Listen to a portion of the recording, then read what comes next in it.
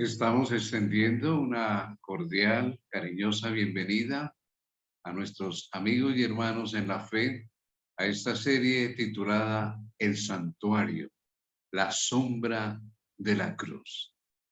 Esperamos poder alimentar nuestras almas con el mensaje de esta noche y antes de abrir la palabra de Dios, pues nada más conveniente que pedir la dirección de nuestro Dios, del Espíritu Santo. En donde están, asumamos una actitud de oración reverente. Padre nuestro que estás en los cielos, tu nombre, tu persona sea santificada, la persona de Jesús, la persona del Espíritu Santo. Gracias por esta oportunidad maravillosa de poder estudiar tu santa palabra. Por favor, asístenos, Espíritu Santo, y graba todas estas lecciones en nuestro corazón. Lo pedimos en el nombre amado y poderoso de Cristo Jesús. Amén. Amén. Bien, el tema de esta noche, como lo habíamos anunciado hace una semana, vamos a hablar sobre la mesa de los panes de la proposición. Y vamos a poner el fundamento bíblico, que es lo más conveniente. Vamos a leer de Éxodo capítulo 25, versículos 23 hasta el 30.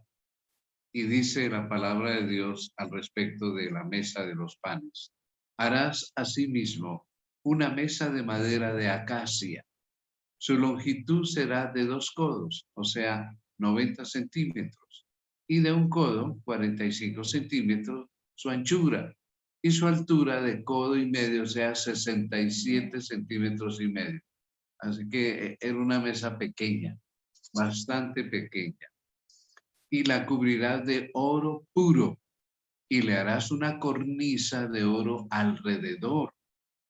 Le harás también una moldura alrededor de 1 palmo menor de anchura, o sea, 7 centímetros y medio aproximadamente. Y harás a la moldura a una cornisa de oro alrededor, o sea que tenía como 2 y esta era en forma de corona. Y le harás 4 anillos de oro, los cuales pondrás en las 4 esquinas que corresponden a sus 4 patas.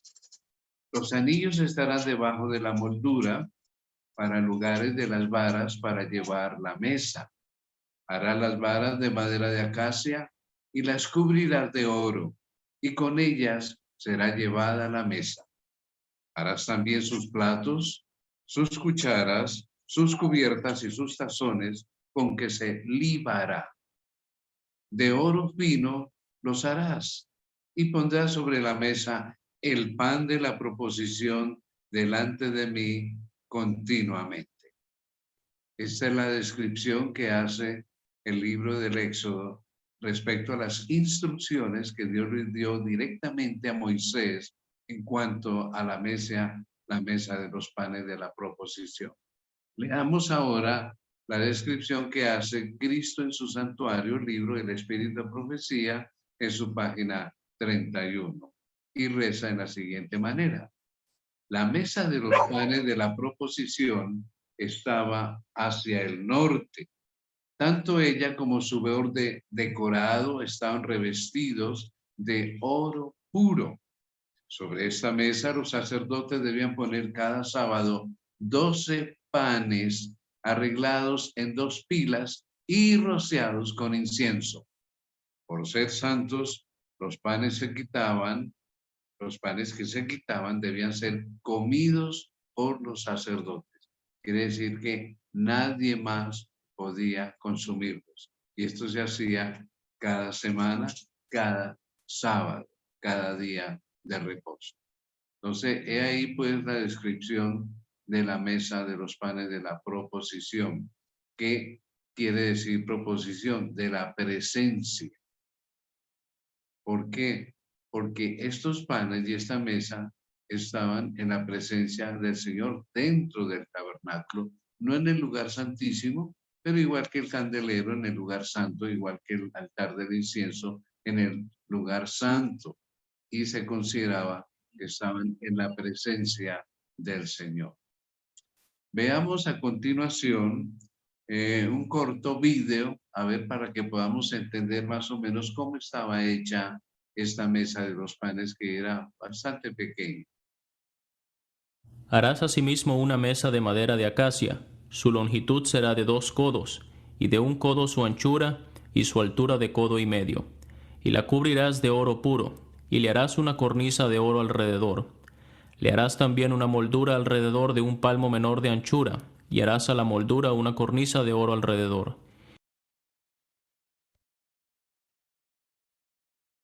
Y le harás 4 anillos de oro, los cuales pondrás en las 4 esquinas que corresponden a sus 4 patas. Los anillos estarán debajo de la moldura, para lugares de las varas para llevar la mesa. Harás las varas de madera de acacia, y las cubrirás de oro, y con ellas será llevada la mesa. Harás también sus platos, sus cucharas, sus cubiertas y sus tazones, con que se libará, de oro fino los harás, y pondrás sobre la mesa el pan de la proposición delante de mí continuamente.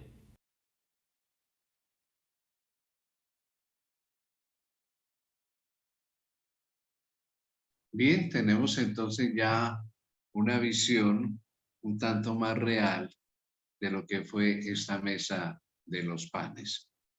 Hablando de la forma de la mesa, como ustedes ven, a su alrededor tiene unas cornisas en forma de corona. Esta mesa representa a Cristo Jesús. Recordemos que el candelero, aunque era todo de oro, no representaba a Jesús, sino su obra intercesora, la obra del Espíritu Santo, y no tenía madera de acacia. Pero en el caso de la mesa, sí tiene madera de acacia. Y ya en un tema anterior estudiamos que cuando hay madera de acacia simboliza la humanidad de Cristo, y entonces está recubierta de oro, que es su divinidad. La mesa de los panes, como ya veremos su significado espiritual más adelante, algunos escritores rabínicos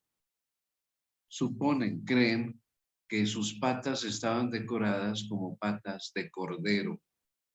No lo dice la Biblia, no lo dice el Espíritu de Profecía, lo dicen textos extrabíblicos. Entonces tenemos esa descripción, no sabemos si de verdad fue así. Lo que sí hay escritores extrabíblicos también que suponen que cuando Salomón hizo el templo, la mesa de oro que él tuvo en el templo tenía patas en forma de cordero. Entonces, hasta ahí fue la información que hemos podido recoger. Hablemos un poco sobre los panes de la proposición. Y tomarás flor de harina y cocerás de ella 12 tortas. Cada torta será de 2 décimas de efa, o sea, 4,5 litros. Alguien ayer, en otro tema, en otra temática, me preguntaba aquí por WhatsApp que si era verdad que esas 2 décimas de efa podían equivaler a toda esa capacidad. Sí, me he documentado lo más que he podido y no hay otra explicación. Cada pan era de 4,5 litros, o sea que debieron ser 12 panes, pero enormes y sin levadura. No hay evidencia alguna de que hayan tenido levadura. Así que imaginen ustedes las 2 hileras, los 2 montones, 6 panes en cada montón, enormes, enormes, porque 4,5 litros de harina, caramba, bastante, mojados con aceite de olivas. Sigamos leyendo el texto de Levítico 24, 5 al 9. Y las pondrás en 2 hileras, 6 en cada hilera, sobre la mesa limpia delante de Jehová. Pondrás también sobre cada hilera incienso puro, y será para el pan como perfume, ofrenda encendida a Jehová. Cada día de reposo, sábado, lo pondrá continuamente en orden delante de Jehová, en nombre de los hijos de Israel. ya que los panes representan también al pueblo de Israel, como pacto perpetuo. Y será de Aarón y de sus hijos, los cuales lo comerán en lugar santo. O sea, no se podían sacar del tabernáculo estos panes, tenían que comerlos los sacerdotes ahí dentro en el lugar santo, porque es cosa muy santa para él, de las ofrendas encendidas a Jehová por derecho perpetuo. Como ustedes ven, es bastante meticuloso, detallado el relato bíblico respecto a la mesa y sus panes. Entonces, hablando específicamente de la mesa, seguiríamos diciendo lo siguiente, y esto ya lo encontramos en Cristo en su santuario, en su página 40. Repito, Cristo en su santuario es un libro del Espíritu de Profecía dedicado exclusivamente a comentar lo relacionado con el santuario. Y dice en la siguiente manera la inspiración divina. Los panes de la proposición se conservaban siempre ante la presencia del Señor como una ofrenda perpetua, de manera que formaban parte del sacrificio diario. También se los puede llamar los panes de la presencia, porque siempre estaban ante el Señor, en la presencia del Señor. Era un reconocimiento de que el hombre depende de Dios tanto para su alimento temporal como para el alimento espiritual, y de que se lo recibe únicamente en virtud de la mediación de Cristo. En el desierto, Dios había alimentado a Israel con el pan del cielo. Recordemos que se llamaba maná. Era como un cereal que caía en todos los amaneceres. Y el pueblo seguía dependiendo de su generosidad, la de Dios, tanto en lo referente a las bendiciones temporales como a las espirituales. El maná, así como los panes de la proposición, simbolizaba a Cristo, el pan viviente, quien está siempre en la presencia de Dios para interceder por nosotros. Entonces vemos que los panes pueden representar a Cristo espiritualmente, y en ese momento también representaban al pueblo que era alimentado por el Señor. Ya lo comentaremos entonces un poquito más adelante. Hablando entonces de la mesa, Cristo en su santuario continúa diciendo, él mismo, Jesús, dijo, yo soy el pan vivo que descendió del cielo, según Juan 6, 48 al 51, que lo vamos a leer más adelante. Sobre los panes se ponía incienso, cuando se los cambiaba cada sábado para reemplazarlos por panes frescos. El incienso se quemaba sobre el altar como recordatorio delante de Dios. Recordemos que el incienso simbolizaba la gracia, la atención de Cristo como intercesor delante del Padre, y se le añadía a las oraciones de los santos. Esto es lo que dice la palabra de Dios, especialmente en Apocalipsis. O sea, no son las oraciones de los santos, se le añade la gracia, los méritos de Jesús. Entonces, este pan era perfumado como un símbolo de que era grato ante la presencia de Dios. Ese incienso tenía ese gran significado, y cuando se cambiaba, ya leímos, era quemado ahí en el altar, justamente el altar del incienso. Entonces, quiere decir que estos panes duraban una semana en la presencia del Señor, no duraban nada más. Y claro, como eran sin levadura, pues no es que fueran tan blandos que digamos, aunque eran bien mojados en aceite de oliva. Bien, continuemos para decir lo siguiente sobre la mesa en algunos detalles. Hemos conseguido algunas imágenes de lo que los artistas bíblicos pueden simbolizar o señalar de lo que puede ser o pudo ser la mesa de los panes. de la cual lógicamente hablaremos más adelante respecto a su destino, en dónde está, qué pasó con ella, etc. Entonces, esta mesa, pues, es de oro, de madera de acacia, ya dijimos, representa la humanidad y la divinidad de Cristo. Todos los muebles que tienen madera de acacia simbolizan la humanidad de Jesús y su divinidad, sus dos naturalezas. El ser que dejó su gloria, su deidad para venir a humanizarse por amor de nosotros. Esta mesa entonces no era una mesa para hacer banquetes, no era una mesa comedor, no, simplemente para sostener en su superficie los panes de la presencia, los panes de la proposición. Ahora, hablando de los panes, debemos decir lo siguiente, según los relatos que ya hemos leído de la palabra de Dios y de Cristo en su santuario, que estaban hechos de una harina fina, pero la llama flor de harina. Debía ser horneado, tenía que ser pasado debajo de los carbones en alguna parte. Algunos suponen que debajo de los carbones del altar del holocausto, pero no puede ser porque a veces escurría sangre ahí. De todas maneras, debía hacerse alguna hornilla y debajo se ponía este pan horneado, amasado. Su número 12. Y aquí tenemos que detenernos un poquito. Así como el número 7 simboliza la perfección, la plenitud, completo, total. Así como el número 3 simboliza también la presencia de Dios. Nosotros encontramos que justamente el número 12, ese número 12 siempre representó al pueblo de Dios.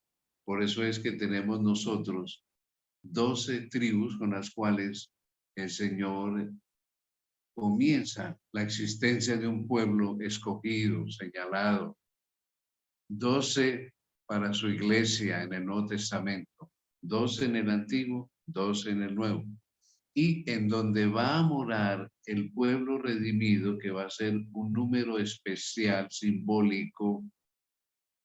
Los que estarán vivos cuando Jesús regrese están simbolizados por un número que se llama los 144,000, que es producto de 12 por 12 por 1000. O sea, los múltiplos de 12 simbolizan también al pueblo de Dios. Y donde va a morar, que es en la Nueva Jerusalén, tiene unas medidas que si ustedes las toman, son medidas múltiplos de 12. Tanto su circunferencia, su altura, etcétera, todos son múltiplos de 12 y 12 cimientos. Por lo general, nuestras casas tienen un cimiento que está hecho de cemento, de triturado, piedra con cemento, arena, pero allí van a ser 12 fundamentos de piedras preciosas y paredes de jaspe. Algo increíble, y calles de oro. Esto no nos cabe pues en la mente. ¿Cómo puede ser una ciudad gigantesca con todo eso? Caramba, lo que Dios prepara para nosotros es incalculable. Entonces, estos 12 panes, a la vez que representan a Cristo, representan a su pueblo que es nutrido, alimentado en ese momento con el maná, por 40 años en un desierto en la península de Sinaí, algo insólito, más de 1 millón de personas, pero también simboliza a Cristo como nuestro alimento espiritual, y ya lo veremos un poquito más adelante en nuestro tema de esta noche. Otro punto que vale la pena recalcar es que era renovado cada sábado este montón de panes. ¿Y por qué sería? Porque Dios quiere retroalimentar a su pueblo cada sábado. Por eso no podemos pasar un sábado inadvertido, disipados, Algunos acostumbran dormir, levantarse más tarde. Eso sí, al trabajo sí hay que ir a las 5 de la mañana, a las 6, a las 7. Ahí sí estamos, pero para ir a la iglesia a tiempo, algunos de nosotros somos perezositos. No, hay que estar muy bien vestidos, bañados, alistados todo el viernes, para que el sábado sea un encuentro muy especial con nuestro Dios, con el Espíritu Santo, y ser renovados, espiritualmente alimentados. Ahora, pues hemos tenido muchas reuniones virtuales debido a la pandemia y no ha sido posible ir a la iglesia, aunque ya las iglesias están abriendo, por lo menos a la que yo asisto, han tenido sus puertas abiertas los últimos sábados, con todos los protocolos que exige sanidad. Entonces, tenemos nosotros que renovarnos cada sábado. Y no solamente en la mañana, no, el sábado termines a la puesta de sol, comienza la puesta de sol y termina a la puesta de sol. Son 24 horas de renovación espiritual, física, mental, psicológica. Así debe ser. Una entrega total a la adoración, a la reflexión, a la oración. Eso simbolizaba el cambio de panes cada sábado. Y qué lindo que esos panes no se podían repartir al pueblo. Lo debían consumir los sacerdotes y no salir con ellos, no que me lo vaya para la casa, no, tenían que comerlo ahí en el lugar santo. Ahora, estas medidas de capacidad de litros, 4 litros cada pan, caramba, lo va a pensar a uno de que debieron ser bastante grandes y bastante alimento para los sacerdotes. Hasta donde tenemos datos históricos y de enciclopedias y toda la investigación que realizamos, las 2 efas de harina eran las 2 décimas de efas de harina. Eso es lo que simboliza 4 litros y fracción cada uno. Porque imaginen ustedes que la efa era una medida que simbolizaba 22 litros. Y como son 2 décimas, una décima es 2.2 y 2 décimas 4.2 cada uno, porque eso es lo que dice el relato bíblico. Así que deben ser panes bastante grandes, bastante pesados, un gran alimento, como ya veremos más adelante en su simbolismo. Por último, entonces, digamos nosotros que debía ponerse incienso en unas vasijas de oro encima de los panes para que quedara perfumado, agradable delante de la presencia de Dios, que no oliera tanto al horno donde fueron horneados, sino que fueran agradables en la presencia de Dios. ¿Qué quiere decir eso? Su pueblo que siempre ha sido la niña de sus ojos, agradable. Pronto estudiaremos sobre las vestiduras de los sacerdotes y vamos a encontrar que había 2 piedras preciosas aquí cerca de su hombro, uno en cada hombro, con los nombres de 6 tribus y 6 tribus. En su pectoral habían 12 piedras preciosas con los nombres de las 12 tribus. Al lado del corazón y en los hombros. Simbolismo grandioso, maravilloso, porque el sacerdote representaba a Cristo. Tiene a su pueblo, a sus hijos en su corazón y los lleva en sus hombros, nos sostiene. Ahora, este incienso es que el favor de Dios, su gracia, su contemplación de sus hijos, aunque pecadores, degradados por el pecado, pero para eso un tesoro, son valiosos, son agradables. La bondad, el amor, la gracia de Dios para con nosotros tan pecadores. Caramba, esto es algo maravilloso realmente. Bien, continuamos entonces hablando de nuestra mesa.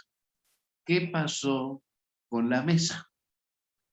En temas anteriores, sobre todo cuando nosotros estudiamos acerca de el candelero, nosotros estuvimos viendo algunos aspectos históricos de lo que pudo pasar con los muebles del santuario. Y justamente hablamos de que el candelero terminó en cierta manera siendo llevado a Roma. Hagámosle un poco de historia también a la mesa. Como todos sabemos, el santuario fue un santuario que debía ser portátil, desarmable. Estuvieron en varios lugares de la península sinaítica hasta llegar a Canaán. En Canaán estuvo también en un par de lugares. Y después, aproximadamente ¿qué sería? Unos casi 5 siglos, pues se edifica el templo que se llama el Templo de Salomón. Esta mesa y todos los muebles del santuario se llevan al Templo de Salomón, del cual hablaremos en un tema futuro. Él hizo, como hizo con el candelero y los demás muebles, 9 más. 9 candeleros y el que había 9 mesas, o sea, 10 mesas.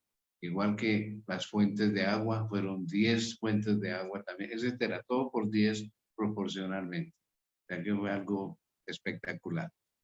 Entonces, dentro del lugar santo se colocaron 5 mesas en un lado, igual que los 5 candeleros, y 5 mesas en el otro lado, 5 en el norte, 5 en el sur, acompañando al candelero. Lo que sí hay un poco de discordancia y no tenemos datos tan precisos son los siguientes. Parece que Salomón hizo 5 mesas de oro con la original y 5 mesas de plata, porque esos registros sí están en Segunda de Crónicas. Primera de Crónicas al final, su capítulo 28, y en Segunda de Crónicas los primeros capítulos, donde se menciona que habían mesas de plata y mesas de oro. Entonces, algunos rabinos suponen que había 5 de oro y 5 de plata. Así que la original estuvo ahí. ¿Qué pasó? Nosotros sabemos que por la desobediencia del pueblo de Israel, al no cumplir el pacto con Dios, Dios permite que vengan a invadirlo, que vengan a saquearlo, y eso ocurrió con Nabucodonosor II en el año 586, que fue la última invasión donde ya harto, aburrido, Nabucodonosor destruye los muros, destruye el templo y se lleva todo el botín, si es que lo podemos llamar así reverentemente, todo el botín de oro para Babilonia. ¿Qué regresó de allá?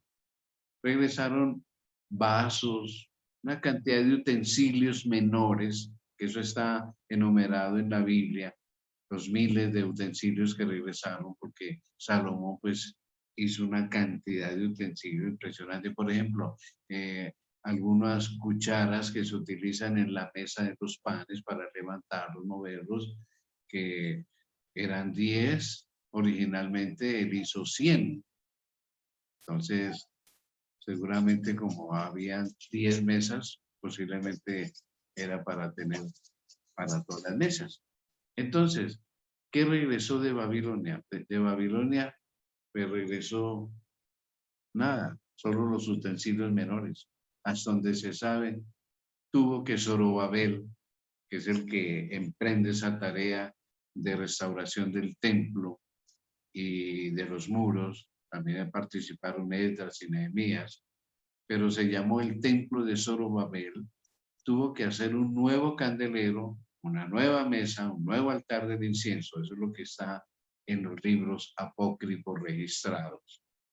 Pero ya estudiamos cuando hablamos del candelero, de que hubo una invasión de un descendiente de Seleuco, el general que estuvo al lado de Alejandro el Grande, y le tocó reinar al norte de Palestina, lo que fue Mesopotamia, Babilonia, Siria. Él hizo un descendiente de él que se llamó Antíoco Epífanes, que Epífanes quiere decir en griego el ilustre, pero los judíos lo llamaron Epímanes, que quiere decir el loco, porque ya hablamos de eso en un tema anterior, de cómo llegó hasta el templo, como sabía que los judíos no tenían nada que ver con cerdos, sacrificó cerdos en el altar del holocausto, los asó y puso a los sacerdotes, los acostó en el suelo y a la brava les hizo comer presas de cerdo. Puso un Júpiter olímpico al lado del arca de la alianza, de la cual vamos a hablar el próximo domingo. No, una cosa horrible, tremenda. Y se llevó los muebles para entonces, supuestamente, Babilonia, que era la capital del imperio seleucida. De ahí, después, con las invasiones que hubo de Roma, se sabe que ellos se llevaron mucho de esto para allá. Llegaron después a aparecer en el norte del África, en la ciudad de Cartago, el candelero, la mesa de los panes, el altar del incienso. Y después de ahí, pues volvieron otra vez a Roma. Entonces, esto ha tenido un movimiento tremendo. Lo que sí se sabe a ciencia cierta es por esto del arco del triunfo de Tito, del cual hablamos en un tema anterior, que está en Roma. Esta es una fotografía de ese alto relieve que está ya un poco deteriorado, pero es una foto real, en donde se ve que llega el botín que el hijo de Tito Vespasiano, o digo mejor, del emperador Vespasiano, su hijo Tito, se lleva en el año 70 a Roma. Ustedes saben, ya hablamos del sitio de Jerusalén, cómo saquearon el templo, lo quemaron en ese afán de llevarse las paredes enchapadas en oro, el piso, etcétera. Hicieron un incendio tremendo y tuvieron que buscar cualquier gramo de oro y no quedó piedra sobre piedra que no fue destruida. Entonces, en este arco se ve que llevan el candelero y allá señalándoles con la flecha, ustedes pueden ver, se ve la mesa, la llevan como de medio lado, la mesa de los panes. Entonces, se sabe ahí que esa mesa estuvo en el Imperio Romano allá en Roma. ¿Qué pasó con la mesa? Hay muchos historiadores que han estado detrás de la mesa, porque se sacó yo creo que es leyenda, ¿no? Donde dicen que entre las 10 mesas que hizo Salomón, que él mandó a hacer una con patas de cordero y que en ella grabó el verdadero nombre de Dios, que Dios se lo reveló a Salomón. El nombre de Dios que se había perdido originalmente y fue reemplazado por Yahvé o Jehová, porque era tenido en tanta reverencia que poco lo pronunciaban y a medida que pasaron las generaciones se olvidó. Entonces, supone que hubo una mesa que él hizo especial en donde grabó el nombre de Dios en honor de que le dio esa sabiduría tan especial. Entonces, supone que esa mesa formó parte de la que se llevaron a Roma. Yo pienso personalmente que no fue esa. ¿Por qué? Porque las más originales se las llevaron para Babilonia y ya después, con todos esos viajes que a Cartago y vuelve otra vez a Roma, esas cosas no cuadran mucho, no cuadran mucho. Debió ser alguna, si no fue la original, pues alguna copia de la mesa, pero de la que dicen que Salomón puso el nombre de Dios, no creo que haya sido así. Entonces, estando ahí en el Imperio Romano, ustedes saben que las tribus nórdicas, las del norte, tribus bárbaras, los vikingos también los llaman, comenzaron a invadir el Imperio Romano en su decadencia económica y moral. Y cae el imperio en el año 476 después de Cristo, bajo el reinado de Rómulo Augusto. Pero unas décadas antes ya había sido invadida Roma y saqueada el año 410. O sea, unos aproximadamente 60 años, 66 años antes de la caída del Imperio Romano, ya había llegado Alarico, así se llamaba el rey de los visigodos, que invade a Roma y se posesiona de todo el sur de las Galias. ¿Qué es esto de las Galias? Pues España.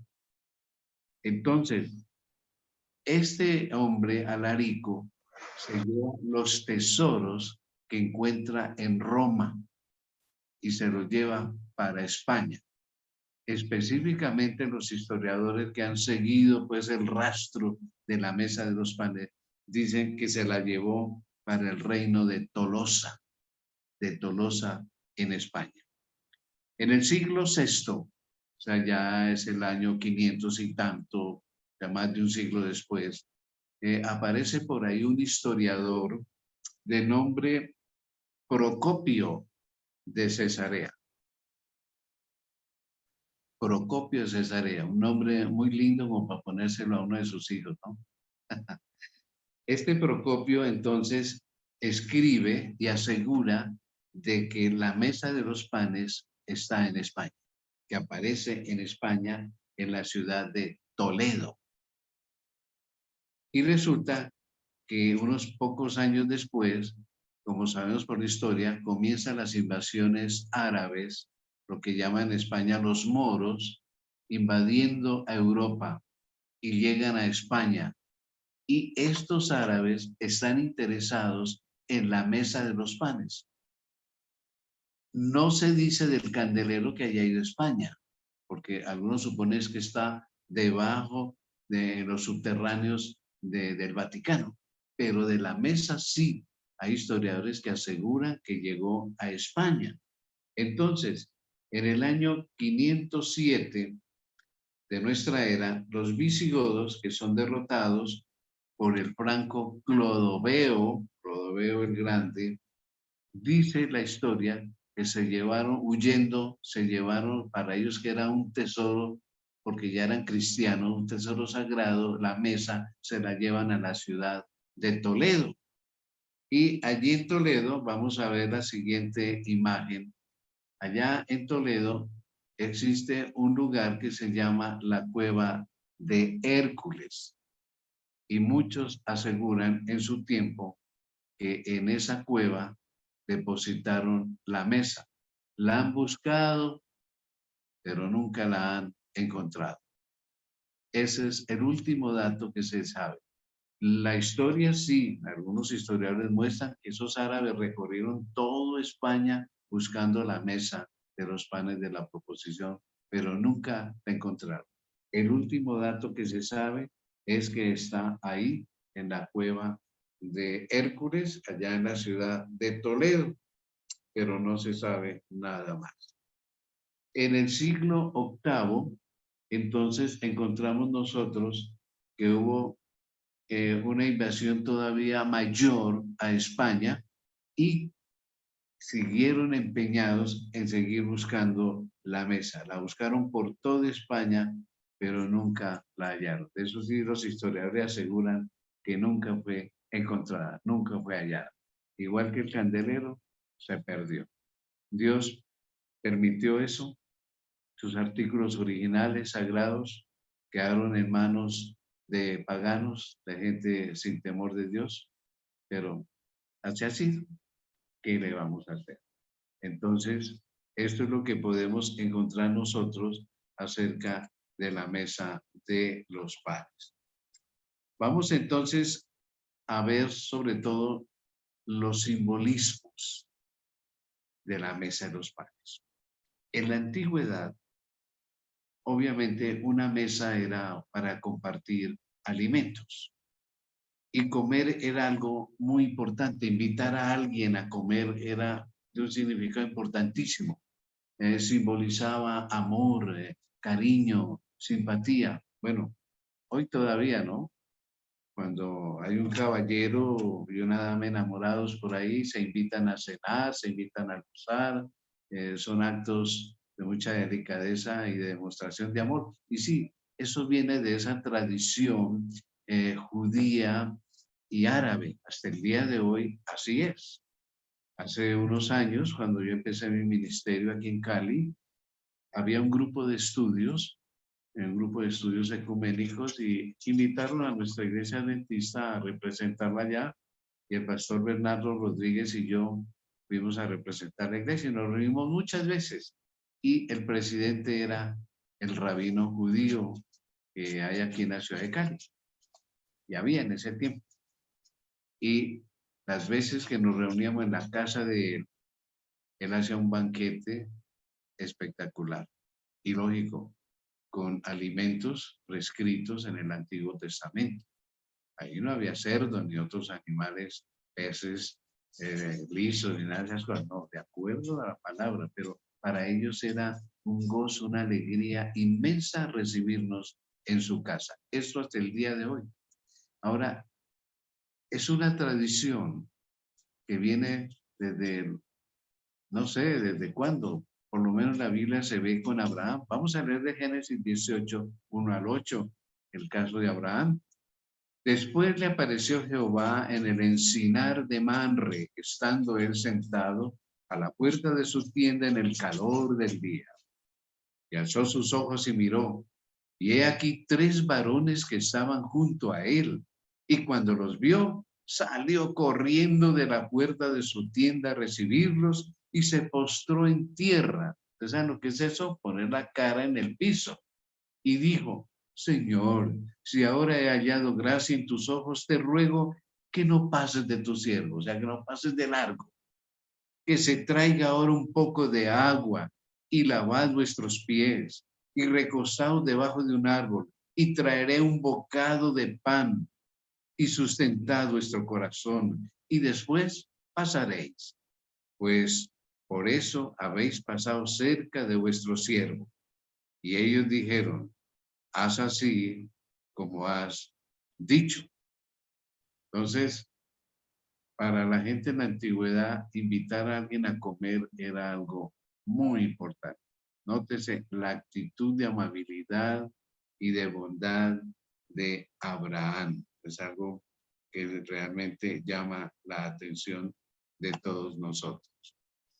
Así que, ¿qué hizo él? Vamos a seguir leyendo.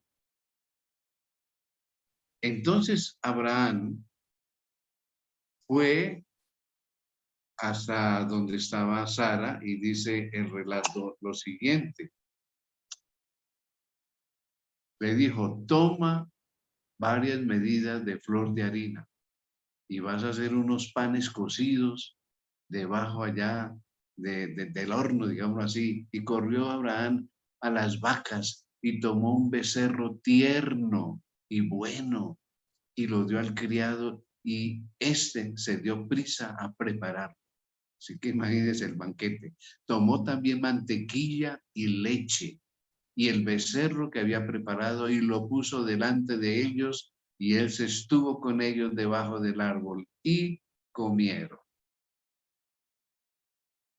Esto tiene un gran significado. Usted dirá, bueno, ¿y a qué viene esto con la mesa de los panes? Ya vamos a ver, ya vamos a ver. Porque esto de que los sacerdotes pudieran comer el pan sagrado, el pan de la proposición de la presencia, hombre, es un privilegio muy grande poder compartir con la presencia del Señor un banquete, una comida. Eso lo demuestra el acto de Abraham. Ahora, otro detalle, más adelante, ya cuando el pueblo de Israel sale de Egipto y llegan al Sinaí, se nos dice en el libro de Éxodo, en su capítulo 24 y los versículos 9 al 11. Y subieron Moisés y Aarón, Nadab y Abiú, que son hijos de Aarón, son sacerdotes, y 70 de los ancianos de Israel, de los príncipes de las tribus, y vieron al Dios de Israel. Esto ha sido una polémica para muchos. ¿Cómo? Que a Dios no se le puede ver. Yo pienso que quien estuvo ahí no fue el Padre, sino Cristo mismo, asumiendo alguna forma, alguna figura. Y vieron al Dios de Israel. Y había debajo de sus pies como un embaldosado de zafiro. Siempre aparece ese color zafiro azul, semejante al cielo cuando está sereno, sin nubes. Mas no extendió su mano sobre los príncipes de los hijos de Israel. O sea, Dios no actuó porque ellos estaban ahí, no. Y vieron a Dios. Oiga, qué privilegio. Y comieron y bebieron. ¿Participó Dios en ese banquete? La Biblia no lo dice. Posiblemente no. Pero comieron y bebieron en la presencia de Dios. Aquí viene entonces una antesala de lo que van a ser los panes de la presencia, los cuales los sacerdotes cada sábado van a comer en la presencia de Dios. O sea que Dios y el alimento, el sostenimiento de los seres humanos han estado siempre vinculados. Y qué lindo que hasta el día de hoy hay ese vínculo. Y ya lo vamos a explicar a continuación. Entonces, hablando ya de Jesús y ya aplicando pues el simbolismo de lo que hemos hablado, de los panes, de la mesa. Jesús dice en Juan 6, versículos 32 al 35, 47 al 51 y 54 al 58. Ese es todo el sermón del pan de vida en el cual el Señor les dijo. Esto fue después de la multiplicación de los panes y los peces. Y Jesús les dijo, de cierto os digo, no os dio Moisés el pan del cielo, mas mi Padre os da el verdadero pan del cielo, porque el pan de Dios es aquel que descendió del cielo y da vida al mundo. Le dijeron, Señor, danos siempre este pan. Jesús les dijo, yo soy el pan de vida. Cristo se compara aquí como un pan, pero un pan de vida eterna. El que a mí viene nunca tendrá hambre, y el que en mí cree no tendrá sed jamás. Qué extraordinario esto. Se repite lo mismo que se le dijo allá a la samaritana, ¿recuerdan ustedes? De cierto os digo, el que cree en mí tiene vida eterna. Yo soy el pan de vida, de vida eterna.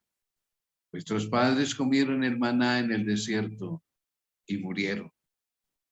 Este es el pan que desciende del cielo para que el que de él come no muera. Cristo se simboliza con ese pan eterno. Creer en él, aceptarlo como nuestro Señor y Salvador es tener vida eterna. Es como apropiarnos de él, como comerlo. Y sigue diciendo el relato. Yo soy el pan vivo, vuelve y repite, que descendió del cielo. La gente fue tan terca, ¿sabes? Lo dice una y otra vez, yo soy el que descendió del cielo, y si alguno comiere este pan, o sea, cree en mí, me acepta, vivirá para siempre. Y el pan que yo daré es mi carne, la cual yo daré por la vida del mundo. O sea, el pacto, ese pacto de que él ya no es un cordero en el altar del holocausto, sino la realidad en el monte Calvario, en la cruz del Calvario. Por eso dice, yo les daré mi carne, la cual daré por la vida del mundo. Y el que come mi carne y bebe mi sangre, o sea, acepta mi sacrificio, tiene vida eterna y yo le resucitaré en el día postrero. Así se muera, va a vivir, porque mi carne es verdadera comida, o sea, mi cuerpo, y mi sangre es verdadera bebida. El que come mi carne y bebe mi sangre, en mí permanece y yo en él. Como me envió el Padre viviente y yo vivo por el Padre, asimismo el que me come, él también vivirá por mí. Este es el pan que descendió del cielo. No como vuestros padres comieron el maná y murieron. No, el que come de este pan vivirá eternamente. Eso simboliza aceptar a Cristo Jesús y su sacrificio que ha hecho por nosotros. No morirá eternamente, vivirá eternamente. O sea que en Jesús encontramos la vida eterna. Noten pues que estos panes de la proposición o de la presencia, a la vez que simbolizan al pueblo, simbolizan a Cristo Jesús también. Tiene una doble aplicación. Es un tipo que tiene doble aplicación, dos antitipos. El pueblo de Dios y Cristo Jesús como nuestro alimento espiritual y nuestro Salvador, que es lo más importante. Ahora, hablando de esto, Pablo, entonces tiene que recordar cómo el Señor cambia la Pascua, que se comía el cordero con panes sin levadura, cómo la transforma para nosotros hoy. 1 Corintios 11, 23 al 26. Porque yo recibí del Señor lo que también os he enseñado, que el Señor Jesús, la noche que fue entregado, tomó pan y habiendo dado gracias, lo partió y dijo: tomad, comed, esto es mi cuerpo que por vosotros es partido, deshecho. Haced esto en memoria de mí, de su sacrificio. Asimismo, tomó también la copa después de haber cenado, diciendo: esta copa es el nuevo pacto en mi sangre. Haced esto todas las veces que la bebiereis en memoria de mí. Así pues, todas las veces que comiereis este pan y bebiereis esta copa, la muerte del Señor anunciáis hasta que Él venga. Así que ahora se toma un simbolismo, porque ya pronto vamos a estudiar sobre las fiestas judías y vamos a estudiar sobre la Pascua, porque este evento es en una Pascua, donde se comía el cordero con pan, sin levadura. Ahora Cristo transforma ese banquete en un significado diferente: pan y jugo de uvas. Simbolismo de su cuerpo y de su sangre, en sacrificio por nuestros pecados. Él es nuestro sustituto. Lo que nosotros debíamos padecer, la muerte eterna y el castigo, Él lo sufre por nosotros. Y aquí toma un nuevo significado este pan. La muerte del Señor anunciáis hasta que Él venga. La cena del Señor simboliza eso. Algo que enseñamos ayer en otro espacio que tenemos los sábados por la tarde, en las 28 doctrinas, y fue justamente sobre la cena del Señor. Explicaba yo que este evento se llama la cena del Señor. Cuando se pide la bendición por el pan y por el vino, se convierte en la Santa Cena. Son dos cosas diferentes, ¿no? Sin oración, sin bendición, la cena del Señor. Pero una vez se ha pedido bendición por esos símbolos, se convierte en la Santa Cena. Y hay algo impresionante que yo descubrí hace años en el Deseado de todas las gentes, ya lo vamos a ver más adelante. Vamos a leer un párrafo del Deseado de todas las gentes, página 616, para que ustedes no crean que son pues mis palabras. No, textualmente dice, hablando de ese evento de Jesús en la cena: porque mi carne es verdadera comida y mi sangre es verdadera bebida. Esto es verdad acerca de nuestra naturaleza física. A la muerte de Cristo debemos aún esta vida terrenal. ¿Cómo así? Sigamos leyendo. El pan que comemos ha sido comprado por su cuerpo quebrantado. Así lo compremos en panadería, así lo hagamos en casa. Cada pan que comemos cada día fue comprado por su cuerpo quebrantado. ¡Qué increíble! El agua que bebemos ha sido comprada por su sangre derramada. Nadie, santo o pecador, come su alimento diario sin ser nutrido por el cuerpo y la sangre de Cristo. ¡Qué significado tan hermoso! La cruz del Calvario está estampada en cada pan, en cada plato de comida, yo diría. Está reflejada en cada manantial. Todo esto enseñó Cristo al designar los emblemas de su gran sacrificio. La luz que resplandece del rito de la comunión realizado en el aposento alto hace sagradas las provisiones de nuestra vida diaria. La despensa familiar viene a ser como la mesa del Señor, la mesa de los panes, y cada comida un sacramento. Óigame, qué concepto tan hermoso. Mis queridos amigos y hermanos, esto hay que impartírselo a los que tienen todavía niños, los que tienen una familia pequeña. La comida no se le puede hacer guácaras, eso no me gusta. Oh. No, no señor. Ha sido comprada por Jesús en la cruz del Calvario. Eso es lo que significa esto. Y más aún, cuando se pide la bendición por el desayuno, por el almuerzo, por la cena, por cualquier alimento, se hace sagrado, dice, y cada comida un sacramento. La despensa familiar viene a ser como la mesa del Señor y cada comida un sacramento. ¡Qué concepto tan hermoso! Se convierte en la Santa Cena mi desayuno, mi almuerzo, y por eso no hay que dejarlo. Y si se deja, hay que consumirlo. El pan de la cena del Señor y el vino, cuando sobra y se pidió bendición, el pan hay que quemarlo y el vino hay que derramarlo. No se puede quedar para los niños, no. Para los enfermos que pidieron la cena del Señor, sí. Pero el resto no, es sagrado. Cuando tú pides la bendición y la gratitud por ese alimento en la mesa, se vuelve sagrado. Eso es lo que dice este párrafo acá. Yo no me lo inventé. Eso ha sido trascendental para mí.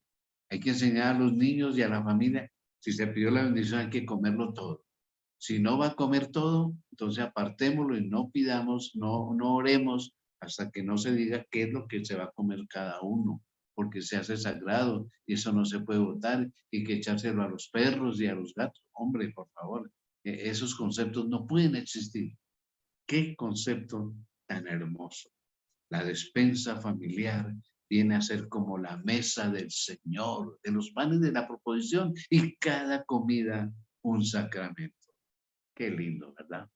Ahora, Jesús dijo en la cena que cada vez que tomamos la cena, anunciamos su muerte hasta que Él venga. Hombre, es que esto tiene proyecciones hasta el futuro y el futuro eterno. ¿Cómo así? Sí, vamos a leer de Apocalipsis 19, versículos 6 al 9, en donde Juan registra lo siguiente y dice: y oí como la voz de una gran multitud, los salvos, como el estruendo de muchas aguas y como la voz de grandes truenos, que decía: aleluya, porque el Señor nuestro Dios Todopoderoso reina. Gocémonos y alegrémonos, démosle gloria, porque ha llegado las bodas del Cordero y su esposa se ha preparado. Y a ella se le ha concedido que se vista de lino fino, limpio y resplandeciente, porque el lino fino es las acciones justas de los santos. Por eso nos van a vestir de blanco. Y el ángel me dijo: escribe, Juan, bienaventurados, felices, dichosos los que son llamados a la cena de las bodas del Cordero, del matrimonio del Cordero, la recepción, la fiesta. Bienaventurados los que son llamados a la cena de las bodas del Cordero. Qué extraordinario. Y me dijo: estas son palabras verdaderas de Dios. Extraordinario esto, mis queridos hermanos. Estamos invitados a una cena gloriosa. Se pinta como una mesa de plata, dice el Espíritu de Profecía, de kilómetros, donde estarán sentados todos los redimidos y Cristo a la cabeza. Hombre, ¿cómo será esto espectacular? Y nuestros ojos podrán abarcar todos esos kilómetros de la mesa de plata. Estamos invitados a comer ese pan y ese vino. Jesús dijo, yo no lo vuelvo a probar hasta que lo haga con ustedes en el reino de los cielos. Qué promesa, y tenemos que estar allí. Esto me resulta muy precioso. Y quiero terminar esta noche, como siempre lo hago con mis temas, haciendo una suposición de que Jesús está aquí con nosotros, y de hecho lo está. Y nos dice lo siguiente: hijos míos, los amo infinitamente. Cada día les proveo alimento material y espiritual. Tengo preparada una mesa para que cenemos juntos por toda la eternidad. Y pregunta, ¿estás preparado? Pronto vendré por ti. Qué glorioso, qué hermoso. Jesús preparando todo ese banquete para nosotros. Pronto vendré por ti, pero lo más importante, ¿estás preparado? Esa es nuestra oportunidad, prepararnos para ese encuentro glorioso. Y bien, como todos nuestros temas, siempre damos oportunidad al final para que si alguien tiene alguna pregunta respecto al tema, alguna inquietud o algún aporte, pues será bienvenido. Puede abrir su micrófono y entonces formular su pregunta o su inquietud. Don Jairo Murillo me dice que gracias por el mensaje. Pastor, una Gracias. pregunta. ¿Hay algún relato bíblico de que alguien haya entrado al santuario y se haya comido los panes y qué le aconteció? Gracias. Sí, sí hay un relato de David. Venía, ustedes saben que David fue perseguido por Saúl por años y él tuvo que armar un ejército para defenderse. Y en algún momento llevan varios días sin comer, cansados de todo, y llegaron a donde estaba justamente el santuario. No se había construido el templo todavía de Salomón y estaban hambriados. Y el sacerdote dijo, bueno, lo único que hay son los panes de la proposición, y se los repartió. No pasó nada, no cayeron muertos, posiblemente fue la aprobación de Dios en ese momento. Y ese es el único relato que tenemos. Pues fuera ya de las conquistas de Nabucodonosor, de Antíoco Epífanes, gentes que ya entraron al lugar santo, al lugar santísimo, hicieron barbaridades. Parece que ya la presencia de Dios no estaba con su pueblo morando ahí, y por eso se permitió la entrada de gente extraña, porque eso no era permitido en los primeros siglos de existencia del santuario. Y lógico, los panes eran sagrados, pero Dios permite ahí que David y sus hombres puedan ser alimentados con estos panes sagrados. ¿Contesté su pregunta?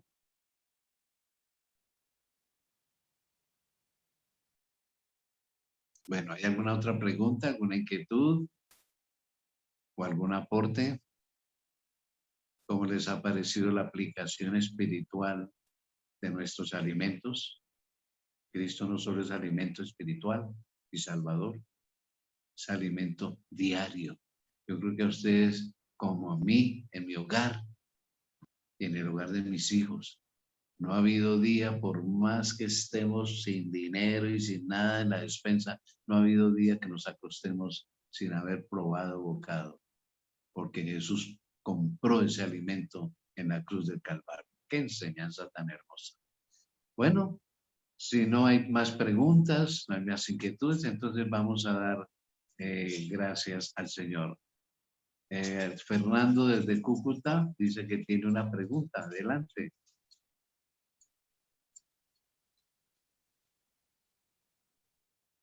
Adelante, Fernando. Creo que no me sirve el micrófono. Ah, ya. Bueno, escríbanos entonces la pregunta y trataremos de contestarla. A ver si está escribiendo nuestro ingeniero agrónomo desde Cúcuta. Qué lindo que se nos conecte desde esa distancia. A ver, si está escribiendo, mándenlo yo que ya tiene escrito para saber de que está escribiendo la pregunta. Tengo claro que el santuario estuvo en varios lados. Sí, correcto, así fue. Sigue escribiendo y entonces trataremos de contestarle. Sí, estuvo en varios lugares, no solamente en varios sitios de la península del Sinaí, sino cuando llega a Canaán, a Palestina, estuvo en varios lugares. Pero solo se construyó, ay, no permaneció su pregunta en la pantalla. A ver si mi hijo Ronald me ayuda. Sí, la pregunta dice, ¿pero solo se construyó solo uno en el mundo? Un solo santuario, sí, como tabernáculo, como lo hemos estudiado hasta ahora, sí. Después se transforma, ya cerca del año 1000, o sea, unos 5 siglos después, en el templo de Salomón. Y ese templo de Salomón, pues, demora también varios siglos, unos casi 5 siglos, 4 siglos, y ya es invadido y destruido por Nabucodonosor, y ya después se reconstruye en el tiempo de Zorobabel, y ese templo es remodelado por Herodes el Grande, y es en el que estuvo Jesús, y ese templo ya es destruido por las tropas de Roma en el año 70 y se acabó. Hasta ahí se acabó. O sea que como santuario, como tabernáculo, como tienda portátil, fue una sola. Como templo, el de Salomón, después reconstruido por Zorobabel, después engrandecido por Herodes, y así sucesivamente hasta que en el año 70 se acaba y se acabó el pueblo de Israel, definitivamente, y se perdieron todos los muebles del santuario, pero nunca su significado. Espero haberle contestado su pregunta. Y bien, terminemos entonces dando gracias a Dios, a menos que uno de ustedes tenga alguna inquietud. Bien, oremos. Nuestro Dios, nuestro Padre, qué maravilloso saber de que somos la niña de tus ojos y que eres tú y Cristo Jesús con lo que hizo en la cruz, quien ha comprado nuestro alimento diario, que es a la vez nuestro alimento espiritual para que tengamos vida eterna. Tú lo haces todo, Padre. Jesús lo ha hecho todo. El Espíritu Santo lo está haciendo todo por nosotros, física, mental y espiritualmente. Gracias. Espíritu de Dios, los que hemos estudiado este tema, deseamos que esa obra que comenzaste en nuestras vidas la perfeccione, porque queremos estar en ese banquete, en esa cena de bodas del Cordero de Cristo Jesús. Y lo deseamos, lo pedimos en ese nombre lleno de amor, el nombre de Jesús. Amén. Amén. Amén. Y bien, mis amigos, mis hermanos, nuestro próximo tema es increíble. El arca del pacto. No lo pierdan, por favor. Esto va a ser, si el candelero, si la mesa de los panes, el altar del incienso, todo ha sido tan hermoso, este va a ser doblemente hermoso, porque era el lugar donde estaba la presencia literal de Dios, el arca del pacto. Les deseamos una semana bendecida, feliz, cuídense mucho y pidan la presencia del Espíritu Santo.